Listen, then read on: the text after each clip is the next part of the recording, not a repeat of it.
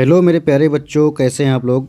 आशा है आप सभी लोग अच्छे होंगे, स्वस्थ होंगे, अच्छे से पढ़ाई कर रहे होंगे। तो चलिए आपके लिए मैं आज लेकर के आया हूँ बहुत ही बढ़िया चैप्टर का नाम है हीट। ठीक है, ये जो है आपका क्लास 7th के लिए हो जाता है, चाहे बच्चा ICSE बोर्ड का हो, चाहे बच्चा CBSE बोर्ड का हो। ठीक है, सभी के लिए ये चैप्टर बहुत ही आसानी तरीके से मैं पढ़ाऊँगा, बहुत ही ईजी लैंग्वेज में मैं आपको बताऊँगा और आपको पूरा समझ में आ जाएगा। तो चलिए, अगर आप हमारे चैनल पर नए हैं तो प्लीज़ चैनल को सब्सक्राइब कर लीजिए, लाइक कर दीजिए हमारे वीडियो को और शेयर कर दो अपने दोस्तों में कि उनको भी ये चैप्टर मिल जाए और वो भी क्या कर लें, समझ लें इस चैप्टर को, जिस चैप्टर का नाम क्या है, हीट है। ठीक है, चैप्टर का नाम क्या है, हीट है। हम लोग इसी को पढ़ेंगे। चलिए स्टार्ट करते हैं हम आज का अपना चैप्टर। ठीक, तो देखिए यहाँ पे सबसे पहले बताया गया कि हॉट एंड कोल्ड। ठीक, आप सभी लोग अपने डेली लाइफ में जब आप देखते होंगे तो बहुत सारी ऑब्जेक्ट आपके घर पे मिल जाती होंगी, बहुत सारे ऑब्जेक्ट मिलते होंगे। कुछ उसमें से जैसे गर्म रहते होंगे, कुछ ठंडे रहते होंगे। ठीक, कुछ ऑब्जेक्ट क्या होते हैं, गर्म होते हैं और कुछ क्या होते हैं, ठंडे होते हैं। जैसे कि एग्जाम्पल के लिए अगर देखा जाए तो सुबह आप लोग चाय पीते हो, क्या होता है, हॉट होता। लेकिन जब आप गर्मियों के मौसम में आइसक्रीम वगैरह खाते हैं या फिर बर्फ़ आप देखते हैं तो क्या होता है, वो कोल्ड होता है। ठीक है, कुछ object hotter than other object and some are colder than other. ठीक, कुछ ऑब्जेक्ट जैसे कि आपने अगर चाय को लिया तो चाय जो है गर्म है। ठीक है, चाय जो है गर्म है। ठीक, अब उससे ज़्यादा गर्म अगर आप चावल बना है, अभी तैयार ही हुआ है, चाय से भी ज़्यादा गर्म आपका चावल हो जाता है। तो कुछ ऑब्जेक्ट दूसरे ऑब्जेक्ट से गर्म होते हैं ज़्यादा और कुछ ऑब्जेक्ट दूसरे ऑब्जेक्ट से ज़्यादा ठंडे होते हैं। ठीक, जैसे कोल्ड ड्रिंक की बोतल आप लोग देखते हैं तो क्या होती है, ठंडी होती है, और आप बर्फ़ को उठाएंगे तो बर्फ़ और ज़्यादा ठंडा हो जाता है। ठीक, आप लोग डिसाइड करते हैं कि कोई ऑब्जेक्ट गर्म है या फिर ठंडा है जब आप उसको क्या करते हैं, जब आप उसको अपनी हाथ से टच कर देते हैं या फिर आपके कहीं पे भी स्किन से अगर कोई ऑब्जेक्ट टच होता है तो आपको पता चल जाता है कि वो गर्म है या फिर ठंडा है। ठीक, बट हम लोग जो है टच करते हैं लेकिन ये नहीं डिसाइड कर पाते हैं कि ये कितना जो है ठंडा है, कितने टेम्परेचर ठंडा है या कितना टेम्परेचर गर्म है। ठीक है, ये हम नहीं डिसाइड कर पाते हैं अपने सेंस से। ठीक, तो जो हॉटनेस और कोल्डनेस होती है किसी भी ऑब्जेक्ट की, वो मेजर किस में की जाती है, टेम्परेचर में। कोई ऑब्जेक्ट कितना ठंडा कितना गर्म है वो किस में हम लोग मेजर करेंगे, टेम्परेचर में मेजर करेंगे। अब टेम्परेचर होता क्या है ये भी आपको जानना चाहिए।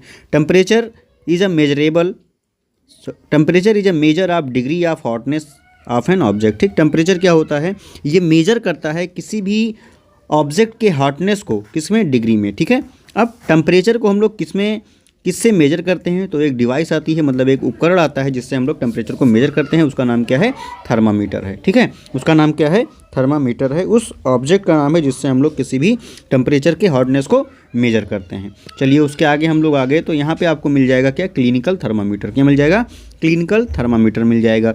यहाँ पे क्लिनिकल थर्मामीटर का यूज़ हम लोग कहाँ करते हैं, हम लोग यूज करते हैं इसको जो है डॉक्टर वगैरह यूज करते हैं किसी भी पेशेंट के बॉडी के टेम्परेचर को मेजर करने के लिए। इसमें आप देख सकते हैं यहाँ पे 35 टू लेकर के 42 डिग्री सेल्सियस तक होता है और नॉर्मल ह्यूमन बीइंग का टेम्परेचर कितना होता है, 37 डिग्री सेल्सियस होता है। और अगर इसी को जब आप फ़ारेनहाइट में चेंज करते हैं तो 98.6 के आसपास हो जाता है फ़ारेनहाइट। ठीक, ये नॉर्मल ह्यूमन बॉडी का टेम्परेचर होता है। अब यहाँ पे देखो ये रेड कलर का है, ये अगर 37 पे है तो क्या है, नॉर्मल बॉडी टेम्परेचर है। अब अगर उससे कम हो जाता है तो भी थोड़ा प्रॉब्लम क्रिएट करेगा और अगर उससे ज़्यादा हो जाता है तो भी थोड़ा प्रॉब्लम क्रिएट करेगा। ठीक है, अब उससे ज़्यादा अगर मान लीजिए 38 हो गया, ठीक, 37.5 है तो भी आपको थोड़ा फीवर है, 38 हो गया तो भी आपको फीवर है। लेकिन उससे जैसे आप थोड़ा ऊपर जाओगे तो आपको डॉक्टर से कंसल्ट लेना पड़ेगा, उसके पास जाना पड़ेगा, आपको चेकअप करवानी पड़ेगी। अब आपको यहाँ पे आजकल डेट में हम लोग क्या यूज़ करते हैं, डिजिटल थर्मामीटर यूज़ करते हैं। ये क्लिनिक पे जो है अब डॉक्टर लोग क्या करते हैं, डिजिटल थर्मामीटर को यूज़ करते हैं। वो आसानी से क्या कर देता है, बॉडी के टेम्परेचर को मेजर करके उनको सेल्सियस में और फ़ारेनहाइट दोनों में वो बता देता है। ठीक, फिर अब हम लोग आएंगे मेजरिंग टेम्परेचर पे आएंगे। ठीक, अब the thermometer that measure the temperature of our body is called clinical thermometer. ऐसा थर्मामीटर जो हमारे बॉडी के टेम्परेचर को मेजर कर रहा हो उसको हम लोग क्या कहते हैं, क्लिनिकल थर्मामीटर कहते हैं। अब क्लिनिकल थर्मामीटर होता कैसा है, ठीक है, क्लिनिकल थर्मामीटर है जो लॉन्ग नैरो ग्लास ट्यूब। ठीक, उसके पास आप देख सकते हैं एक नैरो पतली सी क्या है, एक ग्लास ट्यूब है। ये आपको क्या मिल जा रही है, ग्लास ट्यूब मिल जा रही है। It has a bulb. ठीक, यहाँ पे आपको मिल जा रहा है, एक बल्ब मिल जा रहा है यहाँ पे टॉप पे। ठीक, and one end containing mercury. ठीक है, at one end containing mercury. अब इस जो बल्ब है इसके अंदर क्या होता है, इसके अंदर देखिए मरकरी भरा हुआ है। ठीक, अब it has a scale card Celsius scale mark in degree Celsius. अब यहाँ पे क्या है भाई, डिग्री सेल्सियस में आपको 35, 36, 37, 38, 39 ऐसे क्या लिखा हुआ है, सेल्सियस स्केल लिखा हुआ है। अब clinical thermometer read temperature from 35 to 42 degree Celsius. लेकिन जो क्लिनिकल थर्मामीटर होता है वो कितने से 35 से लेकर के 42 डिग्री सेल्सियस तक की मेजर कर सकता है। ठीक, अब the clinical thermometer has a small kink near the bulb to prevent the mercury level from falling down. यहाँ पे क्या होता है, किंक होता है, जिससे क्या होती है कि मरकरी जो होती है वो नीचे की ओर नहीं जाती है। ठीक है, वो गिरने से उसे बचाता है। अब normal temperature of the human body क्या है, 37 डिग्री सेल्सियस। तो आपको समझना क्या था, आपको समझना था कि ये क्लिनिकल थर्मामीटर क्या होता है, उसमें एक बल्ब होती है जिसमें मरकरी फिल होता है, उसी के पास किंक होता है जो मरकरी को नीचे नहीं गिरने देता है, और बीच में क्या होता है, डिग्री सेल्सियस स्केल होता है जिसमें नंबर ऑफ सेल्सियस लिखा होता है, कितने सेल्सियस है, 35 से लेकर के 42 डिग्री सेल्सियस। और बीच में क्या होता है, बोर होता है। ठीक है, जिसमें जब आप किसी भी हॉट ऑब्जेक्ट से इसके सरफेस को टच कराएंगे तो जो मरकरी होगा उसका लेवल ऊपर की ओर चला जाएगा। जब ये ऊपर चला गया तो मरकरी क्या करता है, ये किंग क्या करता है, उसको फिर नीचे नहीं आने देता है। ठीक है, जिससे कि मान लीजिए कि किसी ने मेजर किया, तो मेजर करने के बाद जब उसको देखा जाए, ऑब्जर्व किया जाए, तो ये जो मरकरी ऊपर गया था वो मरकरी नीचे ना आ पाए, ये किंग का काम होता है। अब उसके बाद हम लोग देख रहे हैं यहाँ पे रीडिंग क्लिनिकल थर्मामीटर, उस पर रीडिंग कैसे की जाती है। ठीक, सबसे पहले क्या करना है कि wash the thermometer with an antiseptic solution, क्योंकि इस थर्मामीटर के कई लोगों के माउथ में डाल दिया था, कई लोगों के बॉडी टेम्परेचर को मापने के लिए उसके हाथ के नीचे जो है क्या कर देते हैं, आर्मपिट में उसको दबा दिया जाता है। तो उसको क्या करना है, सबसे पहले एंटीसेप्टिक सोल्यूशन से उसको धुलना है। ठीक है, hold it firmly and give it a few jerk of to bring the level of mercury below 35 degree Celsius. Jerk का मतलब यहाँ पे आप थोड़ा उसको झटकना है, जिससे कि मरकरी का लेवल 35 से नीचे आ जाए। ठीक है, फिर then place the bulb of the thermometer under your tongue. यहाँ पे देखिए टंग के नीचे इसको लगाया गया है। After 1 minute take out the thermometer and note the reading. 1 minute के बाद, कितने मिनट के बाद, 1 मिनट के बाद, लगभग 60 सेकंड के बाद आपको क्या करना है, इस थर्मामीटर को बाहर निकालना है उसके माउथ से, किसी भी पेशेंट के माउथ से, फिर उसको रीडिंग को आपको देखना है। This will be your body temperature, और ये क्या होगा, आपके बॉडी का टेम्परेचर होगा जो उसमें दिखाया जाएगा। ठीक, अब यहाँ पे उसके बाद लेबोरेटरी थर्मामीटर एक होता है क्लिनिकल थर्मामीटर। क्लिनिकल थर्मामीटर आप लोग जान चुके हैं, अब आपको समझना है क्या लेबोरेटरी थर्मामीटर क्या होता है। A laboratory thermometer has a long narrow glass tube. यहाँ पे आप देख सकते हैं, यहाँ से लेकर के यहाँ तक क्या है, एक लॉन्ग है, नैरो पतली सी ग्लास की ट्यूब है। ठीक है, it has a bulb at one end. यहाँ पे भी क्या होता है, एक बल्ब होता है एक एंड पे। ठीक है, ठीक, फिर कंटेनिंग मरकरी, उसमें भी क्या होता है बेटा, मरकरी ही भरा होता है। ठीक, अब it has a scale mark degree Celsius. यहाँ पे भी आपको स्केल दिख जाएगा जिस पे डिग्री सेल्सियस बना होता है। The range of laboratory thermometer is generally from -10 to 110। अब इसका रेंज कितना होता है, -10 डिग्री सेल्सियस से लेकर के कितना है, 110 डिग्री सेल्सियस, कितना, 110 डिग्री सेल्सियस। लेकिन जो आपका क्लिनिकल थर्मामीटर था उसका कितना था, 35 से लेकर के 42 था, और इसका -10 से लेकर के 110 डिग्री सेल्सियस होता है। और जो लेबोरेटरी थर्मामीटर होता है उसका हम लोग यूज़ क्या करते हैं, वेदर फॉरकास्टिंग करने के लिए इसको साइंटिस्ट वगैरह यूज़ करते हैं कि इन्वायरमेंट में कितना टेम्परेचर है, या फिर कहीं पर्टिकुलर एरिया का कितना टेम्परेचर है, उसको मेजर करने के लिए हम लोग लेबोरेटरी थर्मामीटर को यूज़ करते हैं। ज़्यादातर ये लैब में यूज़ किया जाता है। फिर measuring temperature with laboratory thermometer, यहाँ पे बताया गया कि कैसे आप जो है क्या करेंगे, मेजर करेंगे टेम्परेचर को लेबोरेटरी थर्मामीटर में। ठीक, take some tap water in a beaker. ठीक, आपको क्या करना है, कुछ पानी ले लेना है बीकर में। ठीक, यहाँ पे देखिए बीकर में क्या किया गया है, पानी को लिया गया है। ठीक, फिर dip the thermometer in the water so that the bulb of thermometer does not touch the bottom over side of the beaker. अब आपको ऐसे इसको डिप करना है कि ये इसके बॉटम को यहाँ पे न टच करे और ना ही किसी साइड को ये टच करे। ठीक, होल्ड द थर्मामीटर वर्टिकली, आपको वर्टिकल पोर्शन में इस तरीके से थर्मामीटर को आपको ले करके रखना है। यहाँ पे पानी भरा हुआ है। द मरकरी लेवल राइज, जैसे ही आप पानी में इसको डिप करेंगे, आप होल्ड करके रखेंगे, तो ये क्या होगा, मरकरी जो यहाँ पे था उसका लेवल धीरे धीरे बढ़ेगा। Wait till the level of mercury become steady, आपको जब तक वेट करना है जब तक कि मरकरी का लेवल बढ़ते हुए रुक ना जाए। ठीक, note the level of mercury, फिर आपको ऑब्जर्व करना है, नोट करना है। This will be the temperature of the water, वही क्या हो जाएगा, टेम्परेचर हो जाएगा वाटर का, क्योंकि इसका रेंज कितना है, -10 से लेकर के 110 डिग्री सेल्सियस है। और जहाँ पे जाकर के मरकरी का लेवल रुकेगा, मान लीजिए कि मरकरी का लेवल रुका जो है -10 है, तो मान लीजिए अगर वो -2 या 0 या फिर उसके बाद वाटर है, तो वाटर की बात करेंगे तो वो भाई 0 डिग्री सेल्सियस तो होगा नहीं, चूँकि 0 डिग्री सेल्सियस होगा तो वो बर्फ़ में बन जाएगा। तो हो सकता है कि 20 या फिर 25 डिग्री सेल्सियस पे आपको मिल जाए। फिर उसके बाद आप देखेंगे यहाँ पे ट्रांसफ़र ऑफ हीट, ठीक, हीट कैसे ट्रांसफ़र होती है, ठीक। अब एक जगह से या एक से दूसरी ओर हीट कैसे ट्रांसफ़र होती है। Heat flow from body at higher temperature to a body at lower temperature. Heat भैया कहाँ से फ्लो होगी, मान लीजिए कोई ऑब्जेक्ट है आपके पास तो ये ज़्यादा हॉट है, ठीक है, और एक ऑब्जेक्ट है जो आपके पास जो ठंडा है, क्या है, कूल है, ठीक। तो हीट जो है हमेशा हायर टेम्परेचर से लोअर टेम्परेचर की ओर मूव करेगी, ठीक है। Heat is transfer in 3 way, they are conduction, convection और रेडिएशन, ठीक है। ये 3 तरीके से हीट क्या होती है, ट्रांसफ़र होती है। देखिए, flow of heat due to conduction या फिर कन्वेक्शन या फिर रेडिएशन की वजह से क्या होता है, हीट का ट्रांसफ़र होता है। जैसे कि आप देखते हैं कि आपने किसी आयरन रॉड लिया और एक इंड को आप गर्म कर दें तो धीरे धीरे दूसरा इंड भी क्या होना लगता है, गर्म हो जाता है। फिर उसके बाद आप देखेंगे कंडक्शन मेथड क्या होती है। Conduction is the process by which heat is transfer in solid from the hotter into the colder end. अब देखिए यहाँ पे दिखाया गया कि कंडक्शन वाले में क्या होता है, सॉलिड में मान लीजिए कोई जो आपने लिया था, जो पार्टिकल लिया या कोई ऑब्जेक्ट लिया, वो क्या है, वो सॉलिड है, ठीक है, सॉलिड है। तो एक इंड से हीट क्या होगी, दूसरे इंड तक ट्रांसफ़र हो जाएगी। अब इसको करने के लिए एक एक्टिविटी बताई गई है कैसे आप कर सकते हैं। यहाँ पे आपको क्या लेना है, एक जो है मोमबत्ती ले लेना है, ठीक है, कैंडल ले लेना है, ठीक है। आपने एक कैंडल ले लिया और फिर उसके बाद आपको देखिए यहाँ पे बताइए टेक का आयरन और एल्युमिनियम रॉड। ये क्या हो गया, ये आपका आयरन रॉड है या फिर क्या है, एल्युमिनियम रॉड है, ठीक है, एल्युमिनियम रॉड है, ये क्या है, रॉड है भाई, ठीक। Fix a few wax pieces on at equal distance. अब क्या करना है आपको, यहाँ पे कुछ वैक्स जो है, यहाँ पे आपने वैक्स लगाया, फिर उसके बाद आपने यहाँ पे वैक्स लगाया, यहाँ पे वैक्स लगाया, इक्वल डिस्टेंस पे आपको क्या करना है, उसी रॉड पे वैक्स लगा देना है, ठीक है। अब clamp the rod to a stand. अब आपको क्या करना है, एक स्टैंड लेना था, ये क्या है, ये स्टैंड है। इस स्टैंड में आपको उस रॉड को फिक्स कर देना है, ठीक।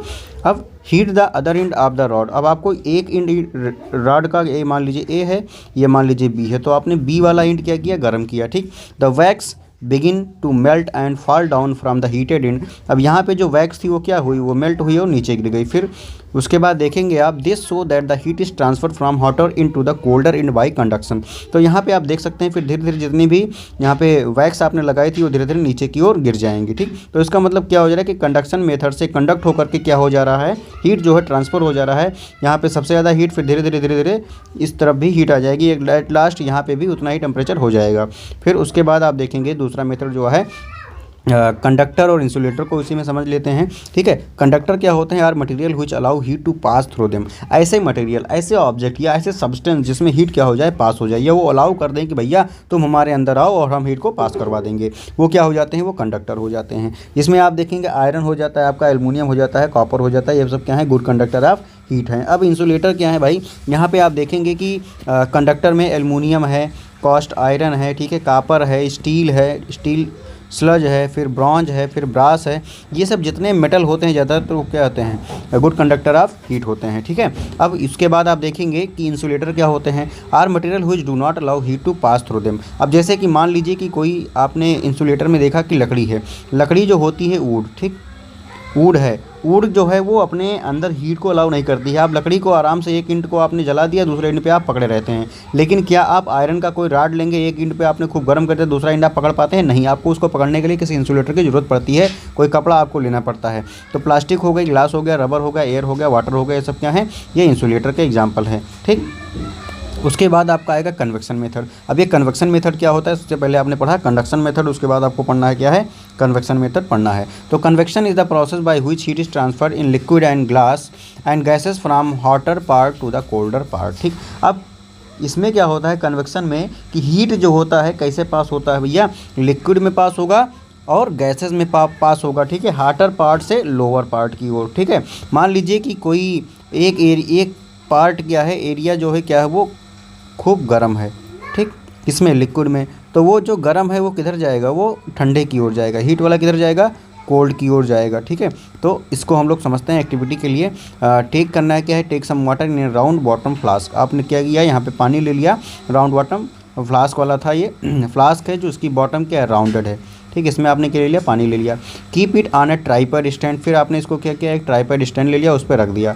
यहाँ पे भी ट्राइपॉड स्टैंड दिखाया गया है, आप इसको घर पे कर सकते हैं आराम से, जो वो होता है गैस चूल्हा होता है उस पर भी आप इस एक्टिविटी को कर सकते हैं। फिर put a crystal of potassium permanganate, आपको क्या करना है, उसमें पोटेशियम परमैंगनेट को रख देना है, थोड़ा सा डाल देना है।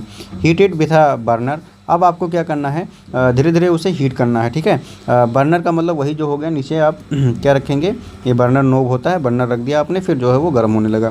फिर the water at the bottom become hot and rises up and cold water from the top moves down. देखिए यहाँ पे दिखाया गया है, बहुत ही आसान तरीके से आपको मैं समझाता हूँ कि जो पानी सबसे पहले यहाँ पे गर्म होगा वो कहाँ जाएगा, वो पानी जाएगा ऊपर, पानी जाएगा ऊपर, और कोल्ड वाटर क्या होगा, नीचे आ जाएगा। फिर यहाँ पे देखिए हॉट वाटर कहाँ गया, ऊपर गया, और कोल्ड वाटर कहाँ गया, नीचे आया। फिर यहाँ पे भी आप देख सकते हैं, आपने क्या लिया था, एक कोई आप मग ले लेते हैं या फिर लोहे का लेंगे आप, तो उसको जब आप नीचे गैस चूल्हा जला देंगे, तो जब जलाएंगे तो यहाँ पे जो कोल्ड वाटर था, कोल्ड वाटर ऊपर पहुंच जाएगा, और जो पानी कैसा था, जो पानी ठंडा था, ठंडा वाला पानी कहाँ आ जाएगा, नीचे आ जाएगा। फिर ये पानी ऊपर जाएगा, फिर ये नीचे आएंगे। तो इसको क्या कहते हैं, इसको कहते हैं हम लोग कन्वेक्शन मेथड कहते हैं, ठीक है। उसके बाद आपको समझना है कि कन्वेक्शन ही नहीं है, एयर में कैसे कन्वेक्शन होता है। The air near the hard surface gate heated and rises up. अब देखिए, जब आप लोग देखते हैं कि मान लीजिए कहीं पे आपने कुछ आग वगैरह जलाया है, तो जो एयर होती है उसके आसपास की वो गर्म हो जाती है। जब एयर आसपास जो होती है उसके ऊपर आप क्या करते हैं, अपने हाथ को रखते हैं, ठंडी का मौसम चल रहा है इस समय, जब आप उसको देखते हैं, आप अपनी उसी के ऊपर ही आप क्या करते हैं, अपने हाथ को रखते हैं थोड़ी हाइट पे, तो भी वो गर्म रहता है। लेकिन क्या आप दूर खड़े होकर के कहें कि वहाँ पे लगेगा, नहीं लगेगा, क्योंकि जो वो उसके आसपास के एयर थे, जहाँ पे हीट गई उसके आसपास के एयर क्या थे, वो गर्म हो गए, और जहाँ वो गर्म होकर के ऊपर गए वहाँ तक आपको क्या लगेगी, हीट लगेगी, ठीक है। फिर the air from the side move in to take it place. अब यहाँ पे जो गैस, यहाँ पे जो एयर था वो कहाँ आ जाएगा, वो इसके पास आ जाएगा उसकी जगह को लेने के लिए, क्योंकि यहाँ का जो एयर मॉलिक्यूल था वो ऊपर चला गया। In this way the air gate heated. If you keep one hand above a flame on one hand and one hand on the side of the flame, the hand at the top feel hot because the air above is heated by convection, ठीक है। तो यहाँ पे heat हो जा रहा है क्योंकि एयर यहाँ का क्या हो जा रहा है, गर्म हो जा रहा है। और जो आप हाथ इधर रखोगे तो यहाँ पे गर्म नहीं रहेगा। The hand at the side does not feel hot because there is no convection, क्योंकि यहाँ पे कन्वेक्शन नहीं हो रहा है। उसके बाद आपको समझना है कि सी ब्रीज क्या है और लैंड ब्रीज क्या है, ठीक है। तो यहाँ पे हम लोग समझेंगे इसको, सी ब्रिज और लैंड ब्रिज, ये बच्चों को जल्दी समझ में नहीं आता है, मैं बहुत ही आसानी से आपको इसको समझाऊंगा, ठीक है। ये कन्वेक्शन मेथड पे ही ये भी डिपेंड होता है। जैसे कन्वेक्शन में अभी आपने देखा कि क्या होता है कि जो एयर होती है, मान लीजिए जो गर्म हुई तो वो एयर ऊपर जाएगी, और जो आसपास की जो ठंडी एयर थी उसके जगह पे आ जाएंगी। वैसे उसी मेथड पे ये भी डिपेंड है, ठीक। तो सी ब्रिज में क्या होता है, ड्यूरिंग द डे टाइम, ठीक, डे टाइम में क्या होता है कि द लैंड गेट हीटेड, ठीक, land get heated faster than the sea. जैसे कि मान लीजिए दिन का समय है, तो दिन के समय में क्या होता है कि जो ज़मीन होती है, क्या होती है, जो लैंड होती है वो जल्दी गर्म हो जाती है, ठीक। लैंड क्या हो जाएगी, हॉट हो जाएगी जल्दी इन कंपैरिजन टू सी, ठीक। मान लीजिए सी है, समुद्र है, तो उसके आसपास की जो ज़मीनें होती हैं वो जल्दी गर्म हो जाती हैं, कब, due to sunlight in to the day, ठीक। So the air above the land get heated. अब जो लैंड है वो गर्म हुई तो उसके आसपास जो ऊपर एयर थी वो क्या होंगी, वो गर्म हो जाएंगी, become hotter and rises up. अब जब ये एयर गर्म हुई तो ये कहाँ जाएंगी, ये ऊपर जाएंगी, ठीक है। And cool air from the sea move toward the land. और जो ठंडी हवाएं थी कहाँ पे, समुद्र के पास थी, क्योंकि समुद्र क्या था, गर्म नहीं था, तो वो कहाँ आएगा, वो उसके जगह पे आ जाएगा, ठीक है। अब देखो यहाँ पे जो ज़मीन है, यहाँ पे एयर क्या हो गई, गर्म हो गई, अब ये कहाँ जाएगी, ये ऊपर जाएगी, ठीक है। और जो इसके जगह पे कूल एयर थी वो आ जाएंगी इसके जगह पे इसका प्लेस लेने के लिए। तो इसी को क्या कहेंगे, सी ब्रीज में क्या होता है, सी ब्रीज में ज़मीन गर्म होगी और सी का पानी क्या होगा, सी के पानी के ऊपर जो एयर होगा वो ठंडा रहेगा। सी ब्रीज में आपको ध्यान रखना है कि समुद्र का जो एयर है, समुद्र के ऊपर जो एयर पाया जा रहा है वो कैसा है, ठंडा है। और लैंड ब्रिज में क्या है, उसी का जस्ट अपोजिट, कि लैंड के ऊपर जो एयर पाई जा रही है वो क्या है, ठंडी है, ठीक। अब ड्यूरिंग द नाइट, अब रात का समय आ गया, ठीक, sea cool down slowly than the land. अब नाइट के समय क्या होता है बेटा, कि जो समुद्र होता है वो धीरे धीरे ठंडा होगा, लेकिन जो ज़मीन होगी वो जल्दी से ठंडी हो जाएगी, ठीक। So the hot air above the sea rises up and cool air from the land move toward the sea, ठीक। अब देखिए यहाँ पे बताया गया कि during the night time sea cool down slowly than land. Land के कंपेरिजन में जो सी है वो स्लोली कूल डाउन हो रहा है, तो क्या होगा, जो हॉट एयर थी अबव द सी के पास जो हॉट एयर थी, ठीक है, वो राइज होंगी, ऊपर जाएंगी, ठीक है। देखिए यहाँ पे देखेंगे कि नाइट टाइम में क्या हो रहा है, लैंड ब्रीज हो रहा है। लैंड ब्रीज का मतलब यहाँ पे लैंड की एयर क्या थी, वो कूल थी और समुद्र का एयर क्या था, वो गर्म था। तो एयर यहाँ से ऊपर जाएंगी और ये कूल एयर उसकी जगह पे आ जाएंगी। तो इसी को क्या कहते हैं, लैंड ब्रिज आपको समझना है। तो मतलब कि जो लैंड की एयर है वो कैसी है, वो कूल है। और सी ब्रिज अगर आपको समझना है तो सी की एयर कैसी है, कूल है, ठीक। और जो सी ब्रिज होगा वो कब होगा, डे टाइम में होगा। और जो लैंड ब्रिज होगा वो कब होगा, नाइट टाइम में होगा, ठीक। ये ध्यान रखना, बहुत ही आसान है। सी में क्या होगा, सी ब्रिज में क्या होगा, सी का एयर ठंडा रहेगा। लैंड ब्रिज में क्या होगा, लैंड का एयर ठंडा रहेगा। सी ब्रिज कब होगा, दिन में होगा। लैंड ब्रिज कब होगा, रात में होगा। फिर उसके बाद यहाँ पे फिर से दिखाया गया है कि ये देखिए cool air in day time, ठीक है। कूल एयर जो कि आपको क्या समझना था, सी ब्रिज समझना था। तो सी का ईयर क्या है, ठंडा है। और यहाँ पे नाइट टाइम में आपको क्या समझना था, लैंड ब्रिज समझना था। तो लैंड का ईयर क्या है, ठंडा है, ठीक है। उसके आगे आप बढ़ेंगे, यहाँ पे आपको देखना है रेडिएशन। तीसरा मेथड जो है हीट का ट्रांसफ़र का, रेडिएशन होता है, ठीक है। अब रेडिएशन इज़ द प्रोसेस, उसमें क्या होता है कि heat is transfer from one place to another without the help of any medium. यहाँ पे जो हीट है बेटा, बिना किसी मीडियम के क्या हो रही है, ट्रांसफ़र हो रही है। अभी आपने जो है कंडक्शन में देखा था, वहाँ पे कोई मीडियम था, मेटल था। फिर आपने कन्वेक्शन में देखा, वहाँ पे भी कोई मीडियम था, एयर था, वहाँ पे वाटर था। फिर लेकिन रेडिएशन में बिना किसी मीडियम के क्या होता है, हीट ट्रांसफ़र होती है। एग्जांपल के लिए, the heat from the sun reach the earth by radiation. जो सनलाइट आती है अर्थ पे, देखिए यहाँ पे सनलाइट जो है अर्थ पे आ रही है, वो किस मेथड से आ रही है, रेडिएशन के मेथड से आ रही है। When we sit near a fire we feel warm due to the heat radiated by the fire, ठीक। जब आप किसी आग के आसपास पहुंचते हैं, बैठते हैं, तो वहाँ पे क्या होता है, वहाँ पे आप फील करते हैं गर्म, क्योंकि वहाँ पे रेडिएशन हुआ और जो है आसपास चीज़ें जो थी वो गर्म आपको महसूस होने लगी, ठीक है। अब यहाँ पे आप कई सारी चीज़ें देख सकते हैं, ठीक है। आप यहाँ पे देखेंगे तो यहाँ पे इवोपोरेशन हो रहा है, जो आसपास चीज़ें थीं इवोपरेट होकर के ऊपर जा रही हैं। तो रेडिएशन में आप देख सकते हैं, रेडिएशन यहाँ पे हो रहा है। जब आप एक तरीके का जो पहले वाला मेथड देखेंगे इससे पहले, ठीक है, गर्मी हाथ ऊपर रखेंगे तो वहाँ पे कन्वेक्शन जो हो रहा था, आप इसके आसपास रखोगे गर्म रहेगा, ठीक है। यहाँ पे कंडक्शन वाला जो मेथड हो रहा था, ठीक है, लॉस्ट बाई एयर करंट, ठीक है। फिर यहाँ पे heat conduct from warmer to cooler bodies, ठीक। फिर यहाँ पे आप देख सकते हैं कंडक्शन आपको यहाँ पे हो रहा है। अब कंडक्शन में क्या होगा, ये आदमी गर्म था तो ये जहाँ पे बैठेगा, इसकी बॉडी गर्म थी तो ये जहाँ पे बैठेगा वो ऑब्जेक्ट क्या हो जाएगा, गर्म हो जाएगा। आप जब कभी कुर्सी वगैरह पे बैठते हैं तो देखते हैं कि जिस कुर्सी पे आप बैठे थे वो सीट थोड़ी गर्म हो जाती है। All hot bodies radiate heat, जितनी भी हॉट बॉडीज़ होती हैं वो हीट को रेडिएट करती हैं। अब आपको देखना है, इसमें बहुत ही इंपॉर्टेंट चीज़ ये आ गया, इसमें आपको समझना है कि dark colour surface absorb more heat than light colour surface. कोई भी सरफेस क्या है भैया, डार्क कलर का है तो ज़्यादा हीट को एब्जॉर्ब करेगा in comparison to light colour, ठीक है। टेक 2 थिन कैन, आप सेम साइज आपको 2 टिन कैन लेना है, कोई टिन का कैन ले लीजिए।